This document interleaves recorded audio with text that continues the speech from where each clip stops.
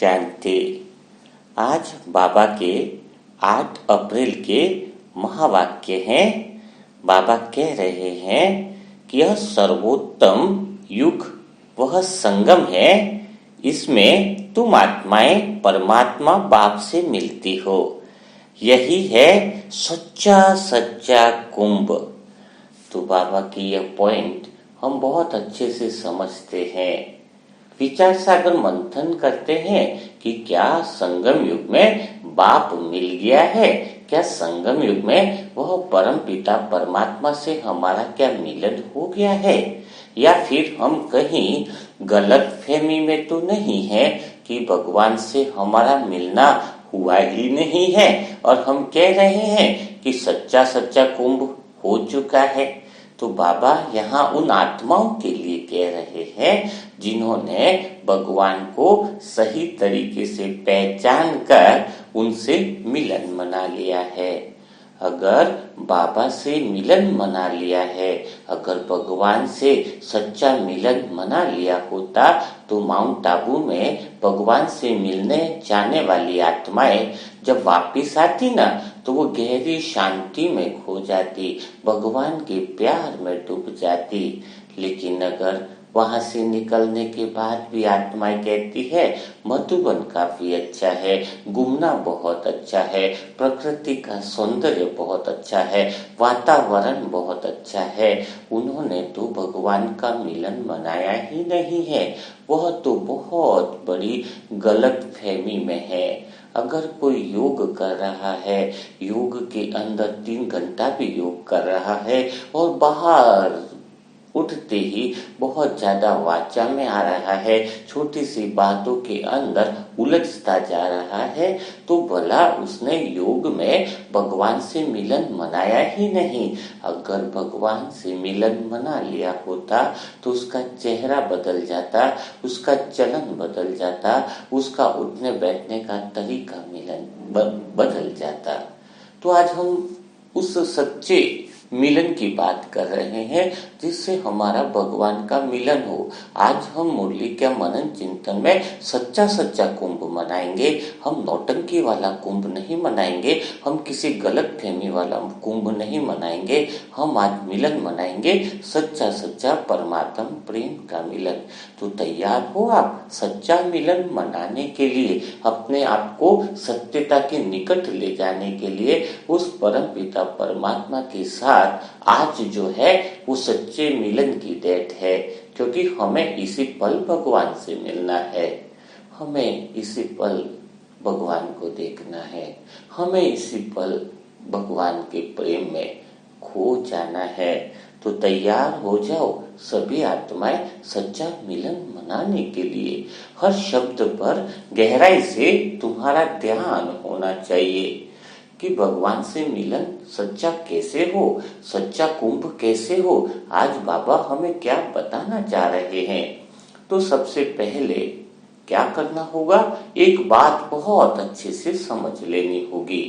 जैसे कोई व्यक्ति घर पर है, उसका बच्चा बाहर जा रहा है, बाहर यात्रा पर जा रहा है, बाहर लंबी यात्रा पर जा रहा है, तो उसका पिता क्या करता है उसके लिए, उसका पिता करता है उसको जितनी भी रास्ते में चीजों की आवश्यकता होगी, जितनी साधन की आवश्यकता होगी, सारी व्यवस्था वो अपने बच्चे के लिए कर लेता है। अगर सही मायनों में देखा जाए तो उसको आवश्यकता से अधिक ही दे देता है, ताकि उसको रास्ते में कभी भी किसी से कुछ मांगने की जरूरत ना पड़े। तो सोचो जरा, हम आत्माएं भगवान के घर से जब निकली, परमात्मा के घर से जब हम विदा हुए, यानी भगवान से हमने छुट्टी ली, और सही बातों में सही मायनों में अगर कहा जाए तो भगवान ने हमें परम धाम से विदा किया कि अब जिंदगी तुम अपनी जी लो, मैंने वह सब कुछ तुम्हें दे दिया है जो तुम्हें इस जीवन यात्रा में जरूरत होगा, बल्कि तुम्हें इतना आवश्यकता से अधिक दे दिया है कि जिसकी तुम कल्पना भी नहीं कर सकते हो। और ईमानदारी से देखा जाए तो भगवान ने हमें परम धाम से जब हम नीचे आए तो हम आत्माएं इतनी भरपूर ही थी, हमारे अंदर सब कुछ है वह जो हमें इस जीवन जीने के लिए या फिर आनंद लेने के लिए चाहिए। यानी अब क्या करना है, क्या समझना है, यह बहुत अच्छे से अटेंशन देने की बात है कि हम आत्माओं के अंदर वह सुख, वह शांति, वह आनंद, वह प्रेम, वह ज्ञान, वह गुण, वह शक्तियों का इतना बड़ा खजाना है, इतना बड़ा आनंद है, इतना बड़ा प्रेम है, वह भगवान ने ऑलरेडी उसके घर से निकलते वक्त हमें दे ही दिया था। लेकिन अब हम क्यों इतना विचलित हो रहे हैं? इसका कारण क्या है? क्योंकि अभी हमारे मन की गति बड़ी तेज हो रही है। परमात्मा मिलन क्यों नहीं हो रहा है? भगवान का सच्चा मिलन क्यों नहीं हो रहा है? क्योंकि मन जो है भागता ही जा रहा है, रुकने का नाम ही नहीं ले रहा है। अगर भगवान ने हमें कुछ खजाने दिए हैं, भगवान ने अगर हमें भरपूर दिया है, तो उसको खोजने के लिए भला मन को भागने की कहाँ जरूरत है। खोजा या ढूंढा जब बाहर की चीजों को जाता है तो उसके लिए तो विधि करनी पड़ेगी ना, कि वहां पर किसी को ढूंढना है, किसी को पाना है, तो फिर विधि की जा सकती है। जब कोई चीज पास की है तो उसके लिए विधि अलग होगी, लेकिन जो खुद के पास ही है, जो स्वयं के पास ही है, उसके लिए भला कौन सी विधि होगी? उसके लिए तो कोई विधि हो ही नहीं सकती है। तो यह बात ही तो बहुत जानने योग्य है। हम जितना जितना उपाय करते जाते हैं आत्मा को समझने के लिए कि आत्मा क्या है क्या नहीं है, जितना भी तुम उपाय करते जाते हो तुम उतना ही ज्यादा उलझते जाते हो। भला खुद को पाने के लिए कोई उपाय करने की जरूरत है, खुद को ढूंढने के लिए कोई विधि की जरूरत है। जितनी विधियां ज्यादा अपनाओगे उतना तुम उलझते जाओगे। अर्थात मन की गति जितनी ज्यादा होगी उतना तुम स्वयं से दूर होते जाओगे। जितनी ज्यादा विधियों के अंदर जाओगे उतना ज्यादा दूर होते जाओगे। भगवान ने क्या कहा है? तुम्हें अपने खजाने को देखने के लिए, मुझे जानने के लिए, मुझे पहचानने के लिए निसंकल्प स्थिति चाहिए, निर्विकल्प स्थिति चाहिए। यह दो शब्द बताए हैं बाबा ने, निसंकल्प और निर्विकल्प स्थिति। जिससे क्या होगा? तुम्हारे अंदर वो गीत बजने लगेगा। कौन सा गीत बजने लगेगा? कौन सी धुन तुम्हें सुनाई देगी पता है?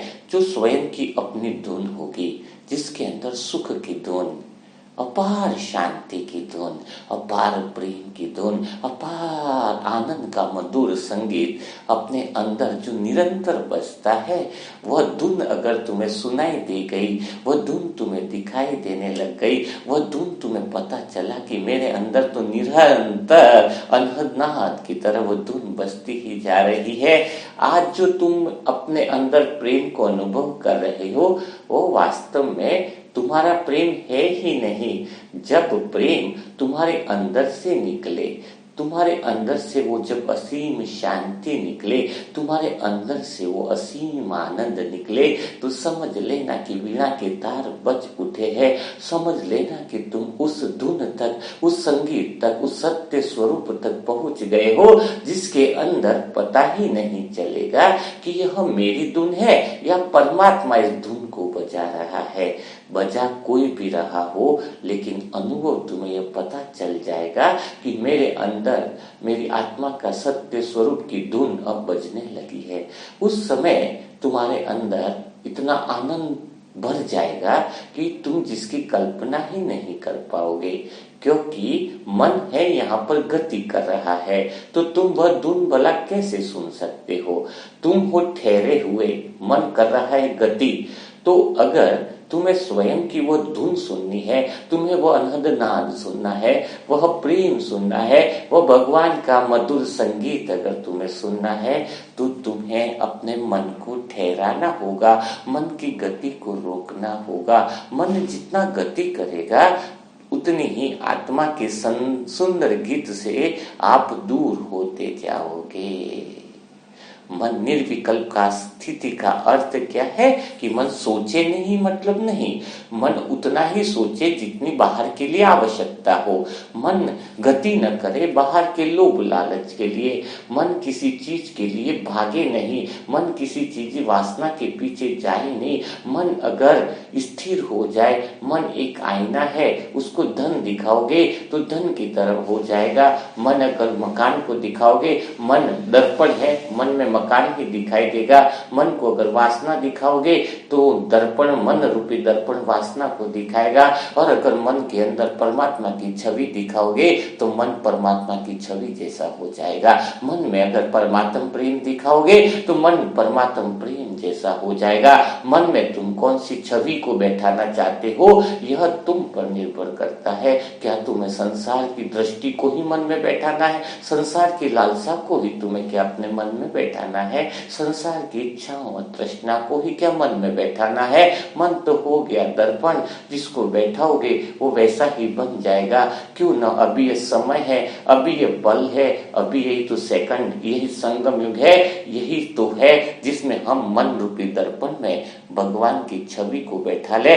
भगवान की छवि, परमात्मा की छवि इस मेरे मन रूपी दर्पण में उतर जाए, मेरा मन स्थिर हो जाए, मेरी मन की गति रुक जाए, मेरे मन के रूपी दर्पण में भगवान के प्रेम के अलावा और कुछ दिखाई न दे। इतना मैं और मेरा मन इतना तल्लीन हो जाए, मन उस आत्मा में लवलीन हो जाए, उस परमात्मा में लवलीन हो जाए, कोई दूजा बचे ही नहीं, कोई दूजा बचे ही नहीं। तुम इतना भगवान के अंदर तल्लीन हो जाओ, तुम्हारे अंदर परमात्म प्रेम का इतना मधुर संगीत बजने लगे कि आसपास वाली आत्माएं भी बस तुम्हारे उस संगीत की धुन में मंत्र मुक्त हो जाए, तुम्हारे उस परमात्म प्रेम की धुन में मानो खो जाए। घंटों घंटों तक उनको पता ही न चले कि वो किस जगह पर है, वो कहां पर है। तब तुम्हारा कहेंगे सच्चा परमात्मा मिलन है। लेकिन मन बहुत चालाक है, मन की गति बड़ी तेज है, मन का स्वभाव बहुत ज्यादा तेज है, उसका स्वभाव ही तो भागना है। अब आप चाहते हो कि अगर भगवान से सच्चा मिलन हो जाए, भगवान के प्रेम को पहचान पाओ, तो मन की गति को कैसे कम करना है, मन की गति को कैसे रोकना है, उसको ही तो जानने की आवश्यकता है। आज कई सारे साधु संत शरीर को तकलीफ देते हैं। शरीर को तकलीफ देने से क्या मन का मौन बंद हुआ, क्या मन की गति रुकना बंद हुई? कल मैं किसी सेंटर पे गया था, वहां पर पता चला, उनके बीच में गया तो उन्होंने बताया कि हमारी मौन पट्टी चल रही है, साइलेंस की पट्टी है, 3 दिन से नवरात्रों का मौन रखा हुआ है।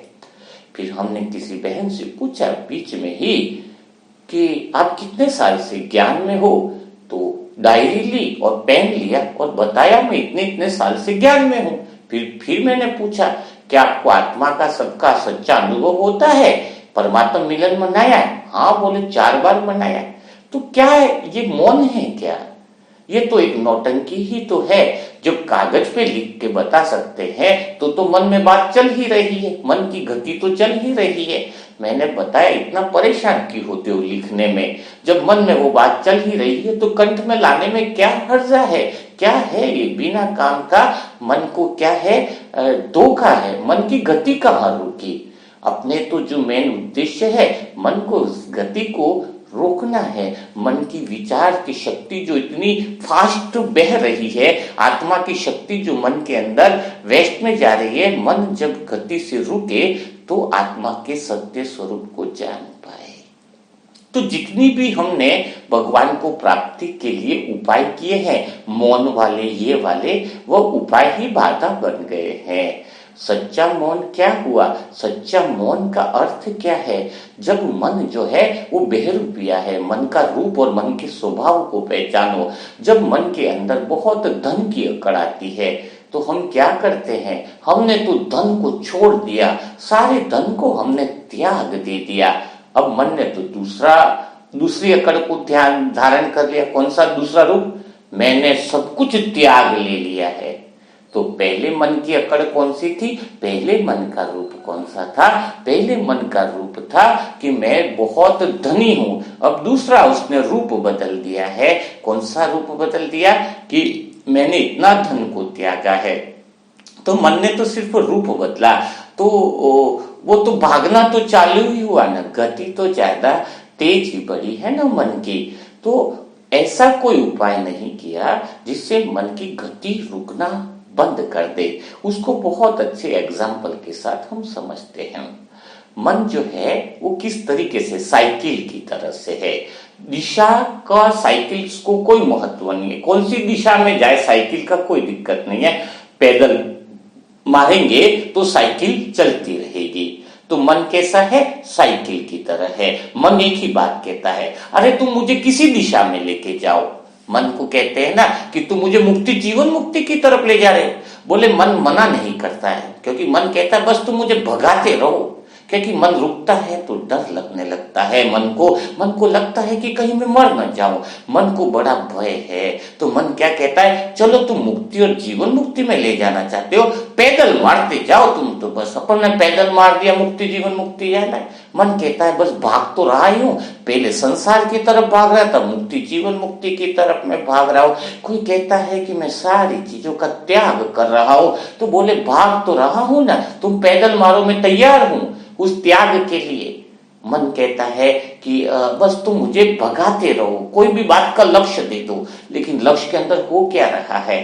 एक हिमालय की गुफा में बैठा हुआ साधु संत अगर अंदर बैठा है और उसका मन तो भाग ही रहा है, चाहे वो संसार के अंदर भागे, चाहे मोक्ष के अंदर भागे, चाहे किसी विषय वस्तु के अंदर भागे, जब वो भाग ही रहा है तो ठहराव तो आया नहीं। ठहराव नहीं आया तो आत्मा का वो गीत बजेगा कैसे? परमात्मा की धुन जगेगी कैसे? आत्मा परमात्मा है स्थिर, गति उनकी स्थिर है, वो एक ही जगह है। और मन जो है वो तेज दौड़ से भागने से ही फुर्सत नहीं है। हम जरा देखें तो सही कि मन की गति अगर रुक जाए तो होता क्या है। अगर मन की गति को रुक जाए, मन का दिशा आत्मा की तरफ हो जाए, अंतर मन की तरफ यात्रा करना यानी आत्मा को देखने लग जाए, परमात्मा प्रेम को देखने लग जाए, तो उसके विचारों की गति स्वतः ही कम होने लगती है। लेकिन मन तो इतना बड़ा चालबाज है कि भागता इसीलिए है क्योंकि कहीं न कहीं उसको लोभ दिखता है, कहीं न कहीं उसको लालच दिखती है। मानो वो सारे विकार जो हैं वो है कैसे? एक शक्कर की चाशनी की परत इसके ऊपर चढ़ी हुई रहती है। माया की जो लोभ दिखता है, थोड़ा सा सुख दिखता है, लेकिन इसके अंदर बहुत ज्यादा दुख और परेशानियां भरी रहती है। तो माया के अंदर मन जब भागता है तो लगता है उसको थोड़ा सा सुख मिला है, लेकिन उसके पीछे जितने घातक दर्द हैं वह उसकी कल्पना को कर ही नहीं सकता है। इसके पीछे माया ने इतना बड़ा जाल फैला रखा है कि मन जो है वो उसमें फंसता जाता है, मन उलझता जाता है। मन जो है वो और एक उलझन से निकले तो दूसरी उलझन के अंदर गति और करने लगता है। एक इंसान जब मर गया तो ऊपर गया तो कहते कि वहां पर दिखाया गया ये स्वर्ग है ये नरक है, तुझे कहां जाना है। जो स्वर्ग का गेट था वहां पर बहुत सुंदर स्त्रियां नाच रही थी, बहुत डांस बार वगैरह सब कुछ थे, सभी तरह की व्यवस्थाएं उसे दिख रही थी। बाहर पूरा इतना जबरदस्त था, अच्छी मूवियां सब कुछ चल रहा था। बोले यह जो है नरक है, और नरक के अंदर बाहर सब कुछ दिखाई दे रहा था। नरक का जो द्वार था ना उसके ऊपर फिल्म संगीत मूवी बाहर सब कुछ दिखाई दे रहे थे। और बोला इधर जो स्वर्ग है वहां पर तो एकदम साइलेंस में कुछ लोग बैठे थे, बिल्कुल मन मौन यानी साधना की अवस्था में बैठे थे। बोले ये स्वर्ग है और ये नरक है, बता तुझे किधर जाना है। वो इंसान कहता है इधर स्वर्ग में जाकर फायदा क्या है, यहाँ पर तो सब लोग मूर्ति बनकर बैठे हैं, मुझे तो इधर जाना है जहां पर इतना सब कुछ है। तो बोले ठीक है, जैसी इच्छा गेट खोल दिया गया। जैसे गेट खुला तो अंदर पता चला कि उठा उठा के पटक पटक करके तेल की कढ़ाइयों में डाल रहे हैं, और कई लोग काम कर रहे हैं, मजदूरी कोड़े मार मार करके उनको परेशान कर करके सारे काम कराए जा रहे हैं। यानी कहने का अर्थ क्या है, वो तो बहुत परेशान हुआ। अरे बोले मुझे तो इतना अच्छा लग रहा था नरक, ये तो पूरी अलग ही दिशा है। तो कहने का भाव है जो माया है ना, बाहर से तुम्हें बहुत सुंदर दिखाई देती है, बाहर वो इतना प्रदर्शन कर रही है, कलयुग का इतना अंतिम समय है, इतना प्रोपोगेंडा फैला रही है, इतना अपनी दुकान का एडवर्टाइज कर रही है। कहीं तुम्हारा मन इस एडवर्टाइज में फंस तो नहीं चुका है, कहीं लालायित होकर के उस दुकानों की तरफ भागने तो नहीं लगा है। अगर मन भागने लगा है तो जरा देखना चालू करो। अगर परमात्मा की धुन आत्मा में और आत्मा में उस मधुर संगीत को तुमने इस जन्म में एहसास नहीं किया तो किसी जन्म में तुम वो एहसास नहीं कर पाओगे। हर समय हर जन्म तुम इस चीजों से वंचित हो जाओगे। इसलिए मन को प्रोपोगेंडा से बचा करके रखना है, तब मन है वो निर्विकल्प स्थिति में जाने लगेगा। निर्विकल्प स्थिति का अर्थ क्या है, जब तुम्हारी आत्मा की अंदर सत्य स्वरूप की धुन बजने लगेगी तो सारे काम स्वतः ही होने लग जाएंगे। एक बार राजा था, तो उसका विदुर बहुत चालाक था, उसका विदुर बहुत ज्यादा समझदार था। तो विदुर की वजह से पूरा राज्य भी सुरक्षित था। लेकिन एक समय क्या होता है कि वो विदुर मृत्यु को पा लेता है, तो राजा ढूंढने लगता है कि कोई ऐसे व्यक्ति मिले जो उसके वजीर जितने चालाक हो, इसके वजीर जितने बुद्धिमान हो, वजीर जितने समझदार हो। तो बहुत तलाशने के बाद 3 व्यक्ति मिलते हैं जो तीनों बुद्धिमान जैसे लगते हैं। लेकिन राजा को तो परखना था कि तीनों में से समझदार कौन है, तीनों में से बुद्धिमान कौन है। तो तीनों को फिर बोला गया कि आज से 3 दिन बाद तुम्हारी प्रतियोगिता है, तुम्हें ऐसी जेल में बंद कर दिया जाएगा, ऐसे कमरे के अंदर लोहे की किवाड़ के अंदर बंद कर दिया जाएगा, जिसमें ऐसा ताला लगाया जाएगा जिसमें गणित के कुछ अंक रहेंगे। उस अंक की पहली को तुम सुलझा दोगे तो वो ताला खुल जाएगा, उसकी चाबी कहीं बाहर फेंकी हुई रहेगी और तुम तीनों में से जो भी खोल लेगा उस ताले को, वह बाहर आ जाएगा और जो बाहर आएगा वही विजेता बन जाएगा। 3 दिन बाद तीनों को अंदर बंद कर लिया गया, ताला लगा दिया गया, चाबी थी ही नहीं, अंदर से वो बंद थे, लोहे का गेट था। तो पहले व्यक्ति ने सोचा, अपने अंदर बहुत सारी बुक्स निकाली, उसको पता था, उसने अध्ययन किया शास्त्रों का सबका कि मैं देखूं कि कैसे ताला खुलता है, कैसे पहेलियां हैं। दूसरे व्यक्ति ने कागज और कलम फिर निकाली, उसने भी पहेली को सुलझाने लगा कि क्या हो सकता है। लेकिन तीसरा जो था वो शांत चित्त मौन हो करके कमरे के कोने में, जेल के कोने में बैठा रहा, उस कमरे के कोने में बैठा रहा मानो किसी गहराई में हो। तो वो दोनों जो काफी समय से इसको देख रहे थे वो बोले ये कितना मूर्ख है, इसको कुछ आता ही नहीं है, देखो हम तो जल्दी कुछ न कुछ करके सुलझा ही देंगे। लेकिन कुछ समय के बाद वो तीसरा व्यक्ति जो मौन में था, तो वो जैसे ही अचानक कुछ समय के बाद उठा, उठने के बाद वो सीधा जेल के दरवाजे की तरफ पहुंचा और उसने इसको धक्का लगाया। तो धक्का लगाने पर पता चला कि ताला तो लगा था, लेकिन जो दरवाजा था लोहे का वो खाली अटका हुआ ही था, दरवाजा ही फंसा हुआ ही नहीं था और वो बाहर निकल आया। राजा ने कहा उसको अंदर ला करके, वो जो दोनों गणित में उलझे हुए थे, समस्याओं में उलझे हुए थे, उनको बोला कि देखो ये तो बाहर निकल गया। तो राजा ने उसको पूछा तुमने कैसे पता लगाया, क्या किया तुमने? तो उस भाई ने कहा कि मैंने कुछ भी नहीं किया, मुझे कुछ गणित नहीं आती है, बस मैं तो परमात्मा के अंदर खो गया था और अंदर एक ऐसी तरंग उत्पन्न होने लगी कि कोई मुझे मेरा हाथ पकड़ करके मानो उठा रहा है और मैं उठ के आया और दरवाजे को धक्का लगाया और बाहर आ गया। मुझे नहीं पता कि मेरे साथ क्या हुआ है, मुझे नहीं पता कि सब किसने किया है, पर मुझे इतना जरूर पता है कि मैं उस केंद्र बिंदु में था, मेरे अंदर की वो अनहद नाद, मेरे अंदर की वो तरंगे मुझे सब कुछ करवा रही थी।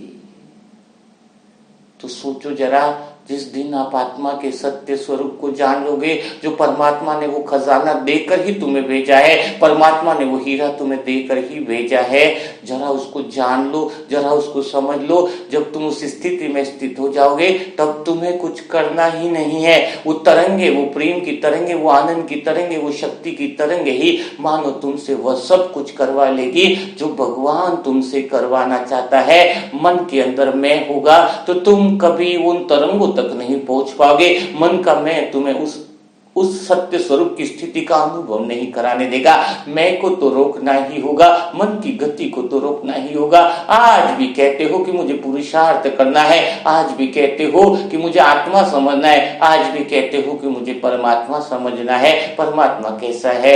उसमें भी तो गति ही है, उसमें भी तो मन इतने साल से दौड़ता ही जा रहा है, इतने साल से मन भागता ही जा रहा है। अब थोड़ा सा ठहर जाओ, मुझे कुछ नहीं जानना है, मुझे कुछ नहीं समझना है। जो समझना था पहले दिन ही समझ लिया कि मैं आत्मा हूं, मेरा परम पिता परमात्मा निराकार शिव है। उसके अलावा कुछ ज्ञान समझने की जरूरत नहीं है, उसके अलावा तो कुछ करने की जरूरत है। क्या क्या करने की जरूरत है? कुछ करने की जरूरत है। कल एक भाई से मुलाकात हुई, कहता है 45 साल कितनी बहुत बड़ी बात है। 40 साल के ऊपर उसको ज्ञान में हो गया है। वो मुझे कहता है भाई जी मुझे मुक्ति क्या होती है, मन मुक्त कैसे हो, उसकी विधि और बहुत अच्छे तरीके से बताओ।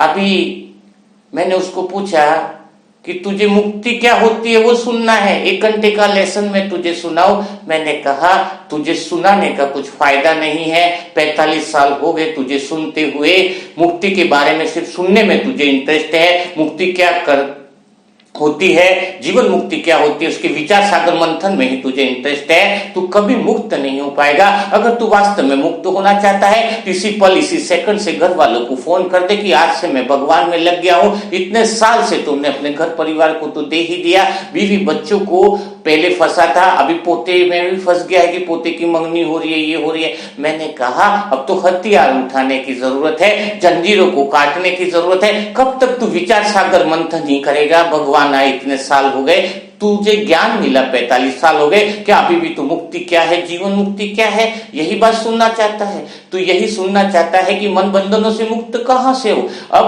विचार सागर मंथन का समय गया, अब तो कुछ प्रैक्टिकल कर ले, हथियार उठा ले, बंधनों को काट ले, तो इसी समय तू मुक्त है। वरना तो कितनी भी क्लासेस सुन ले तो मुक्त होने वाला नहीं है। तो आज कई सारी ब्राह्मण आत्मा सिर्फ ज्ञान में ही उलझना चाहती है, उसी में गति करना चाहती है, उसी में सुख का अनुभव करती है। बस ये चैनल लगा दो, वहां पर मैं सुन लो, वहां पर मैं बिंदु रूप कैसे स्थापित हूं वो सुन लो, मैं परमात्मा क्या है सुन लो। अरे कुर्सी पर बैठे हुए कब तक सुनते रहोगे? आगे तो बोलो। अगर तुम बोल रहे हो मैं जयपुर में हूं, मुझे दिल्ली जाना है, जयपुर में ही कल्पना करते रहोगे कि मैं दिल्ली जाना है, दिल्ली जाना है, दिल्ली जाने की विधि कहाँ है, प्लेटफॉर्म कहां से आता है, गाड़ी कहां से मिलेगी? जीवन भर तक ये करोगे? कदम तो बढ़ाओ, कदम तो आगे बढ़ाओ, उस अंतर मन की यात्रा पर तो जाओ, उस परमात्मा को देखने के लिए उस बंधनों को तो काटो। क्योंकि ज्ञान क्या कहता है, जहां पर विचार से तुम्हारे उसी समय तक सोचना चाहिए मन से, जहां तक तुम्हें पता चले कि मैं यहां से सोच लिया हूं लेकिन उससे आगे नहीं बढ़ पा रहा हूं, वहां पे विचारों को बंद करने की जरूरत होती है। जब किसी विषय में हम सोचते हैं कि अब विचारों से सोचने से कुछ फायदा नहीं है, यहां तक मैंने सब कुछ समझ लिया है फिर भी मेरी प्रोग्रेस नहीं हो रही है, इसका मतलब ज्ञान बंद और प्रेम की शुरुआत हो जाती है, योग की शुरुआत हो जाती है, प्रैक्टिकल कर्म की शुरुआत हो जाती है। फिर तुम्हें यात्रा की करने की यानी स्वयं तक जो पहुंचना है, स्वयं ही तुम हो, उसको प्रैक्टिकल अनुभव करने की शुरुआत हो जाती है। वरना कितने समय तक तुम ज्ञान में उलझे रहोगे? बाबा जो कहता है बिंदु लगाना, बिंदु लगाने का अर्थ क्या है कि जहां पर जितना सोचना था उतना सोच लिया, फिर पता चला इसके आगे कुछ सोचने का फायदा नहीं है, इसका मतलब उसके आगे कुछ करना है, कुछ एक्शन लेना है, कुछ बहुत बड़ा परिवर्तन लाना है। इंसान मरने से क्यों डरता है? क्यों डरता है इंसान मरने से? मरने से इसलिए डरता है क्योंकि उसको पता चलता है जब वो मृत्यु शैया पर होता है उसको मौत छूटती क्यों नहीं है, क्योंकि उसको पता चलता है कि मैंने पूरी जीवन रूपी यात्रा निरर्थक गवा दी। मुझे जिस किनारे को छोड़कर परमात्मा के किनारे तक जाना चाहिए था, जो मुझे त्याग सच्चा करना चाहिए था, जिन वजह से मेरे मन की गति भागती रही दौड़ती रही, मैंने कुछ भी नहीं पाया। अगर मैं थोड़ा सा ठहर जाता, थोड़ा सा सबको बोल देता, अब मुझे कुछ भी नहीं चाहिए, पाना था सो पा लिया, इच्छा मात्र अविद्या स्थिति ले आता, तो वो पल वो सेकंड उसके लिए जीवन धन्य हो जाता। वो वीणा के गीत मधुर बजने लग जाते, वो मधुर साज अंदर सुनने लग जाता। तो जब मृत्यु शैया पर होता है तो इसीलिए दुखी होता है क्योंकि उसने कुछ भी नहीं किया जो उसे करना चाहिए था। और जो भरा हुआ रहता है, जिसको आत्मा की धुन, स्वयं की धुन, परमात्मा की धुन में मगन है, वो कहता है मैं किनारा छोड़ने के लिए तैयार हूं, एक सेकंड में शरीर को छोड़ने के लिए तैयार हूं, क्योंकि उसको पता है कि मैंने वह सब कुछ पा लिया जो मुझे पाना चाहिए था, और अब मैं वही जा रहा हूं जहां पर मैं हूं, जहां पे मेरी सत्यता है। मैं अपने सत्य की समाधि की तरफ जा रहा हूं, सत्य के स्वरूप में स्थित होने जा रहा हूं, जहां पे से परम आनंद की धुन है। वह तो उस धुन को पाने के लिए लालायित हो जाता है। शरीर मानो ऐसे छोड़ता है मानो गहरी शांति में चला गया हो, गहरी परम आनंद में चला गया हो। उसको शरीर छोड़ते समय कुछ कष्ट भी नहीं होता है, वरना हॉस्पिटलों में देख लो, कई सालों से इंसान सुसु नहीं कर पा रहा है, पोटी नहीं कर पा रहा है, लेकिन शरीर छूटने का नाम ही नहीं है, क्योंकि अंतर मन से वो कसक उसके अंदर है। मन भागता रहा लेकिन गलत दिशा में भागता रहा, बस दौड़ता रहा, उसने कुछ पाया नहीं, उसने कुछ किया ही नहीं। तो अभी समय है आप लोगों के साथ सच्चा परमात्मा मिलन मनाना है ना, सच्चा भगवान को जानना है, सच्चे भगवान के प्रेम में डूबना है, तो थोड़ा रुक लो, है ना, थोड़ा भागो मत, थोड़ा सा मन को रुका लो, मन को देखो। जिस वक्त आप मन को देखने लगेगो, मन की चालबाजियों को देखने लगोगे, तो आपको पता चलेगा कि मन स्थिर हो रहा है, मन की गति कहते हैं बहुत तेज है। अगर थोड़ा भी ध्यान नहीं दिया, किसी स्त्री को देखा तो इतना भागने लग जाएगा, कहते हैं धन को छोड़ दिया, एक बड़े हीरे को देखा तो भागने लग जाएगा। मन बहुत बड़ा लालायित है।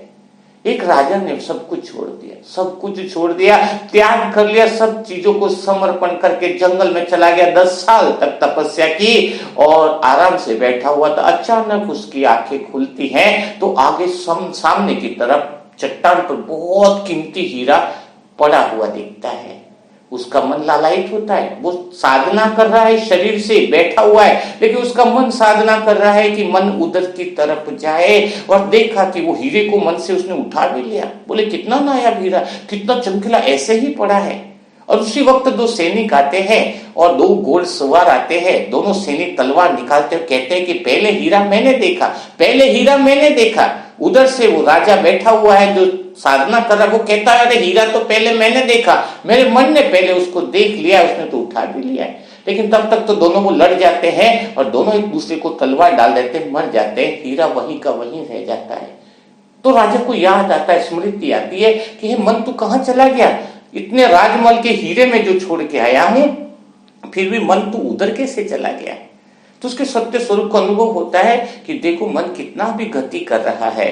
तो इस तरीके से आपको देखना होगा कि अगर मन जो है वह इसकी चालबाजियों को पहचानना होगा, वह इतना तुम्हें भगाने की कोशिश करेगा, वो किसी और स्वरूप में भी तुम्हें भगा सकता है, और किसी क्लासेस सुनने में भी तुम्हें भगा सकता है, और पुरुषार्थ के नाम पर भी भगा सकता है। लेकिन तुम्हारा ध्यान इस बात पर होना चाहिए कि मैं क्या हूं, मेरी गति शांत हो जाए, क्योंकि भगवान कहता है मैं मुरली भी तुम्हें इसलिए चलाता हूं, मैं तुम्हें शब्द भी इसलिए चलाता हूं क्या कि तुम निर्वाण हो जाओ, मैं वाणी भी इसलिए चलाता हूं ताकि तुम वाणी से परे आ जाओ।